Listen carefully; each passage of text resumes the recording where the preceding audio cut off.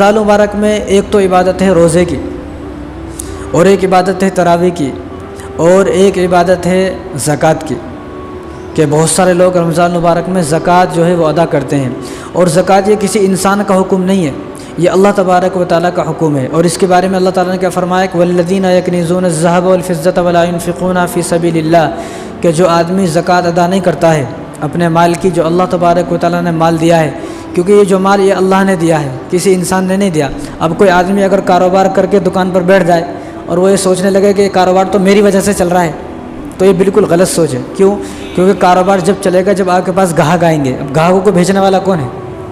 ورنہ نہ جانے کتنے لوگ ایسے ہیں جنہوں نے دکان شروع کی، کاروبار شروع کیا، چند دن کے بعد کاروبار دیوالا نکل گیا، کاروبار ختم، 0/0 کاروبار بند کرنا پڑا کہ گاہک نہیں آئے۔ اب یہ گاہک کو بھیجنے والے اللہ ہیں۔ تو جس انسان نے سوچ یہ بنا لی کہ یہ مال میں نے اپنے ہاتھوں سے کمایا ہے، میں نے خود کمایا، میں کیوں دوں، تو یہ سوچے کہ اللہ تبارک و تعالیٰ کی نظروں میں بڑا ذلیل ہو چکا ہے۔ تو یہ سوچے کہ میرا جو کاروبار چل رہا ہے، میرے پاس جو اتنے پیسے ہیں، بینک بھرا ہوا ہے، جو میرے پاس 1 لاکھ کا فون ہے، میرے پاس جو گاڑیاں ہیں، جو میرے پاس اپنا گھر ہے، یہ اللہ تبارک و تعالیٰ کی طرف سے اللہ تعالیٰ کا رحم و کرم ہوا کہ اللہ تبارک و تعالیٰ نے مجھے یہ سب چیزیں عطا فرمائی۔ ورنہ نہ جانے کتنے لوگ ایسے ہیں جو فٹ پاتھ پر روزانہ مانگتے پھر رہے ہیں، ان کے پاس گھر بھی نہیں ہے۔ تو جس آدمی کے پاس گھر نہیں ہے وہ کاروبار بنانے کی کیا سوچے گا؟ ان کے پاس کوئی کاروبار نہیں، دکان نہیں، بس ایک کام ہے صبح سے شام تک بھیک مانگنا ہے، دوسرا کوئی کام نہیں ہے۔ تو شکر ادا کرے کہ اللہ میں ان سے بہتر ہوں، میں روڈوں پہ نہیں پھر رہا ہوں لوگوں کے سامنے مانگتا ہوا، بلکہ مجھے اللہ نے اس قابل بنایا کہ میں لوگوں کو دینے والا ہوں۔ اور حضور نے کیا فرمایا کہ دینے والا بہتر ہے لینے والے سے، لینے والا اتنا افضل انسان نہیں ہے کہ جتنا دینے والا افضل ہے۔ تو دینے والا آدمی یہ سوچے کہ اللہ کا شکر ہے کہ نہ جانے کتنے لوگوں کا پیٹ مجھ سے پل رہا ہے، کتنے لوگ مجھ سے فائدہ اٹھا رہے ہیں۔ تو اللہ تعالیٰ نے کیا فرما رہے ہیں والذین یکنزون الذهب والفضة ولا ينفقون فی سبیل اللہ، کہ جس آدمی نے مال کو جمع کر کے رکھ لیا اپنے پاس، سونا ہے، چاندی ہے، مال ہے، اپنے پاس جمع کر کے رکھ لیا، اس کو خرچ نہیں کرتا ہے، اس کو دیتا نہیں ہے، زکوٰۃ نہیں نکالتا ہے، غریبوں کو دیتا نہیں ہے، غریبوں پر لٹاتا نہیں ہے، تو اللہ تعالیٰ کیا فرما رہے ہیں فبشرہم بعذاب علیم، کہ اس انسان کو جہنم کے دردناک عذاب کی خوشخبری دے دو۔ حالانکہ خوشخبری کس چیز کی دی جاتی ہے؟ اچھی چیزوں کی خوشخبری دی جاتی ہے۔ بھئی بیٹا ہوا گھر میں، خوشخبری ہے، شادی ہو گئی گھر میں، خوشخبری ہے، اچھا گھر بنائے، خوشخبری ہے، گھر لیا، خوشخبری ہے۔ لیکن یہاں پر کس چیز کی خوشخبری دی جا رہی ہے؟ عذاب کی خوشخبری دی جا رہی ہے۔ تو کتنا سخت عذاب ہوگا۔ اور آگے کیا فرما رہے ہیں اللہ یوم یحمى علیہا فی نار جہنم فتقوی بہا جباہہم وجنوبہم وظہورہم، کہ جس مال کو تم نے جمع کر کے دنیا میں رکھا، اللہ تبارک و تعالیٰ اسی مال کو قیامت کے دن جہنم کی آگ میں گرم کریں گے، گرم، اور اس کو گرم کر کے اس کے بدن پر لگایا جائے گا جس نے مال کو خرچ نہیں کیا، جس نے زکوٰۃ ادا نہیں کی، اس کے بدن پر اس مال کو لگایا جائے گا۔ تو یہ پوچھے گا یا اللہ یہ کیا ہے، یہ کیا مصیبت ہے؟ میں تو نمازی تھا، حاجی تھا، روزے رکھتا تھا، سب کچھ کام کرتا تھا، سارے کام کرتا تھا، یہ کون سی مصیبت ہے جس کو گرم کر کر میرے بدن پر لگایا جا رہا ہے؟ تو اللہ تعالیٰ اس سے فرمائیں گے، یہ کوئی انسان نہیں بلکہ جہنم سے جب پکارے گا تو اللہ تعالیٰ اس کو فرمائیں گے ھذا ما کنزتم لانفسکم فذوقوا ما کنتم تکنزون۔ یہ سورۃ توبہ کی آیت ہے کہ یہ وہی مال ہے کہ جس کو تم نے دنیا میں جمع کر کے رکھا، قبضہ کر کے رکھا، لیکن اس کو اللہ کے راستے میں دیا نہیں، زکوٰۃ نہیں نکالی، غریبوں کا خیال نہیں کیا، بس تو نے جمع کرتا رہا مال کو، آج 1 ہو گیا، آج 10,000 ہو گئے، آج 20,000 ہو گئے، آج جو ہے لاکھ ہو گئے، آج 2 لاکھ ہو گئے، آج اتنے ہو گئے، اتنے ہو گئے، لیکن خرچ کرنے تیار نہیں ہے۔ تو اللہ تعالیٰ خود فرمائیں گے ھذا ما کنزتم لانفسکم فذوقوا ما کنتم تکنزون، یہ وہی مال ہے جو تم نے دنیا میں جمع کیا، تو تم نے دنیا میں جس طرح مزہ چکھا مال کا، آج تجھے اسی مال سے جہنم کے اندر آگ اس کا جو ہے مزہ چکھایا جائے گا۔ اور آگے فرمایا سیطوقون ما بخلوا به یوم القیامہ، اللہ تبارک و تعالیٰ ایسے مال کا ایک توق بنائیں گے، جہنم کا توق، توق بولے تو ایک آگ کا، اس کے لیے ایک روڈ بنائیں گے، روڈ، اور وہ اتنی وزنی ہوگی کہ اس کے گلے میں اس کو ڈال دیا جائے گا اور وہ نیچے گر جائے گا، اٹھے گا، اٹھنا چاہے گا لیکن اٹھ نہیں سکتا ہے، پھر گر جائے گا۔ تو یہ عذاب ان لوگوں کے لیے ہے جو سارے کام تو کر رہے ہیں لیکن زکوٰۃ نکالنے کے واسطے تیار نہیں ہے۔ اس زمانے میں لوگ آپ کو حج کرنے والے ملیں گے، عمرہ کرنے والے ملیں گے، بڑی بڑی دعوت کرنے والے ملیں گے، اتنی بڑی دعوت افطاری کی کہ ساری مسجدوں میں اعلان کر دو آج ہمارے گھر میں دعوت ہے، اتنے بڑی دعوت کرنے والے بھی ملیں گے آپ کو، سب ملیں گے، لیکن اگر کوئی نہیں ملے گا تو زکوٰۃ ادا کرنے والا نہیں ملے گا۔ یہ اللہ کا حکم ہے، اور اس لیے دینا ہے کہ یہ اللہ تبارک و تعالیٰ حکم ہے، اور اللہ تبارک و تعالیٰ نے قرآن کریم کے اندر فرمایا کہ ادا کرو، خذ من اموالہم صدقۃ تطہرہم، کہ تم اپنے مال سے زکوٰۃ ادا کر کے مال کو پاک کرو، یعنی مال پاک ہو گیا۔ جس طرح ایک آدمی، میں نے پچھلے جمعے بتایا تھا، تو ایک آدمی جو ہے وہ تربوز کی منڈی پہ گیا تربوز لینے، माउस लेने गया, अनार लेने गया, पपाई लेने गया, तो जब लेके आता है तो जो तरबूज होता है ना, पूरा तरबूज वज़न होता।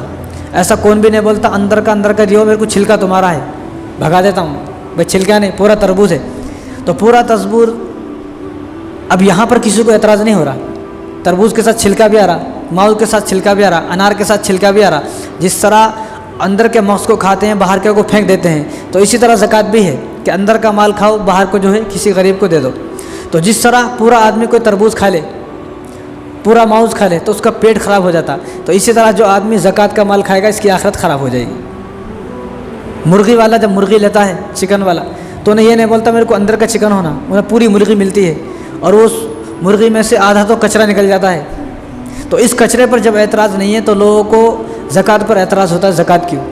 तो जो आदमी इन लोगों, जो लोग ऐसे हैं ज़कात पर एतराज़ करने वाले हैं, तो वो फलों पर जाकर एतराज़ करें, बंडी वाले से एतराज़ करें, चिकन वाले से एतराज़ करें कि पूरी मुर्गी साबुत मुर्गी होना है, लेकिन अंदर का होना, बाहर का नहीं होना, तो कौन भी नहीं देगा, क्योंकि बेवकूफ़ है।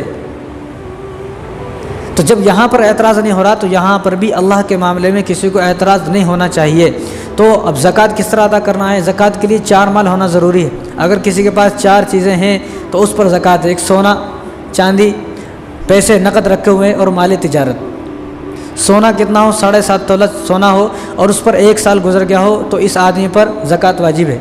अब एक आदमी बोलता मेरे पास तो 5 तोले सोने हैं, 4 तोले सोने हैं, तो इस आदमी को अब सोने का एतबार नहीं, अब इस आदमी का जो सोना है वो सोने की मिक़दार 52.5 तोला चांदी को अगर पहुंच गई, यानी एक आदमी के पास इतना सोना है कि उस सोने को बेचकर 52.5 तोला चांदी खरीद सकता है, तो ये आदमी पर भी ज़कात वाजिब है। अब 52.5 तोला चांदी कितने की आएगी? 40,000 की आएगी, या 1-2 हज़ार ऊपर नीचे है। तो जिस आदमी के पास इस वक्त 40,000 रुपये बैंक में है, फ़ोन पे, गूगल पे, अकाउंट में कहीं भी हो, जेब में है, घर में है, बीवी के पास है, कहीं भी रखे हुए हैं, अगर 40,000 रुपये हैं और उन 40,000 रुपये को 1 साल गुजर गया तो ऐसा आदमी ज़कात अदा करेगा तो बहुत अच्छा है, नहीं करेगा तो फिर क़यामत के दिन पकड़ा जाएगा। और दूसरी चीज़ क्या है? एक तो सोना, एक चांदी है। चांदी किसी के पास 52.5 तोला है और 52.5 तोला चांदी को 1 साल हो गया, तो अब इस आदमी पर भी ज़कात अदा करना वाजिब है। तीसरी चीज़ क्या है? पैसे रखे हुए नक़द, चाहे वो पैसे कहीं भी हों, तो इस आदमी के ऊपर भी ज़कात वाजिब है। चौथी चीज़ क्या है? माले तिजारत। किसी आदमी ने दुकान खोली और दुकान के अंदर जितना भी सामान है उस सामान की कीमत इतनी है कि उस कीमत से आदमी 52.5 तोला चांदी खरीद सकता है, यानी 40,000 रुपये का अगर सामान है और उस दुकान को खोल के 1 साल हो गया है, तो दुकान के सामान पर जितना भी सामान है हिसाब लगाकर पूरे सामान की ज़कात अदा करें, वरना चंद दिन के बाद दुकान तो रहेगी लेकिन इस दुकान के अंदर माल नहीं रहेगा। समझ में? दुकान तो रहेगी लेकिन इस दुकान के अंदर कोई और बैठेगा, तेरा सामान नहीं रहेगा, दुकान ठप हो जाएगी। कितने मुसलमान ऐसे हैं जिनके ठप हो गए। अब जिनके कारोबार चल रहे हैं खूब अच्छी तरह, तो उनको भी खुश होने की ज़रूरत नहीं है। बाज़ लोगों को अल्लाह तबारक व तआला दुनिया में ढील देते हैं कि मज़ा ले ले, मरने के बाद देखूँगा। तो यहाँ तो मज़े ले लिए, ज़कात अदा नहीं की, गरीबों का ख्याल नहीं किया। आज हमारी नौजवान मुसलमान बच्चे क्यों भाग रही हैं किसी के साथ? क्यों भाग रही है? वो उनकी वक्त पर शादी नहीं हो रही। वक्त पर शादी काहे को नहीं हो रही? उनके ऊपर कोई ख़र्चा करने तैयार नहीं है। मालदार आदमी उसी बस्ती में रहता है, अपनी बेटी की शादी में 20 लाख रुपए खर्च करता है, लेकिन उसके बराबर में एक गरीब बच्ची है, उन्हें उसको 20 रुपये भी देने तैयार नहीं है। ये भी नहीं कहता है कि तुम अपनी बेटी की शादी करो, मैं आपकी बेटी की शादी में कुछ तो भी सामान दूंगा। कहता हमारा क्या करने का है, हमने अपना कमा लिया।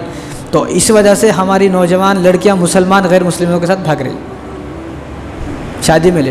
तो चौथी चीज़ क्या है? दुकान के अंदर जितना भी सामान है उस सामान पर आप हिसाब लगाएं। अगर वो सामान 40,000 रुपये का है तो ज़कात अदा करके उसको जो है माल को पाक बना लेना है। और जो चौथी चीज़ है वो है माल तिजारत। अगर किसी ने ज़मीन ली हुई है और उस ज़मीन बेचने के वास्ते ली हुई है, एक आदमी ने, चाहे उसके पास 5 घर हों, लेकिन अगर वो 5 घर रहने के वास्ते हैं तो ज़कात नहीं है। अगर 5 घर हैं और एक प्लाट इस वास्ते ली हुई है कि इसको मैं बेच दूँगा, नहीं, नफ़ा कमाने के वास्ते ख़रीदी हुई है, तो उस प्लाट पर भी आदमी को ज़कात अदा करना है, चाहे वो प्लाट 5 लाख की हो, चाहे वो प्लाट 50 लाख की हो, 50 करोड़ की हो, कितने की हो। अब एक आदमी हैरान हो जाता, भाई एक आदमी के पास 1 लाख रुपए हैं, तो 1 लाख रुपए में 2500 रुपये ज़कात देना है, तो वो शुक्र अदा करे कम से कम मेरे पास 1 लाख रुपये तो हैं। 1 लाख है तो 2500 जा रहे ना, जब 1 लाख ही नहीं होंगे तो क्या करोगे? और 40,000 रुपये पे 1,000 रुपये ज़कात है। और इसका आसान सा हिसाब किस तरह लगाना है? आसान, इससे आसान हिसाब कुछ नहीं है। हिसाब आपको क्या लगाना है कि मेरे घर में कितना सोना है, कितनी चांदी है, कितने पैसे हैं, तो इन सब का हिसाब लगाएं। कितना मेरे पास दुकान में सामान है, या मेरे पास कितनी ज़मीनें हैं, ان का ही हिसाब लगाए, चारों पांचों चीज़ों को जोड़ ले, और जोड़ने के बाद आदमी हिसाब लगा कि चारों चीज़ों की जो कीमत है वो 5 लाख रुपए है। चार चीज़ों की कीमत समझ 5 लाख रुपए है, और 5 लाख रुपए से अगर आपके ऊपर कोई कर्जा है तो कर्जा भी निकाल दो। कितना आसान, अब इससे आसान क्या होगा, कर्जा भी निकाल दो।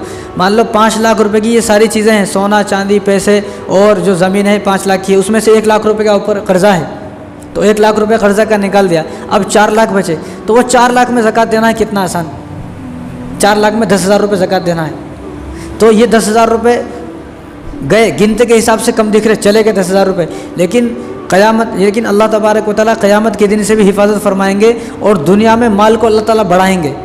ये हुज़ूर सल्लल्लाहु अलैहि वसल्लम खुद फरमा रहे हैं कि सदक़े से माल बढ़ता है, और अल्लाह तबारक व तआला कुरान करीम के अंदर फरमाए यमहक़ुल्लाहु रिबा व युर्बिस सदक़ात, सूद से हराम कमाने से माल कम हो जाता है लेकिन सदका करने से माल ज़्यादा होता है।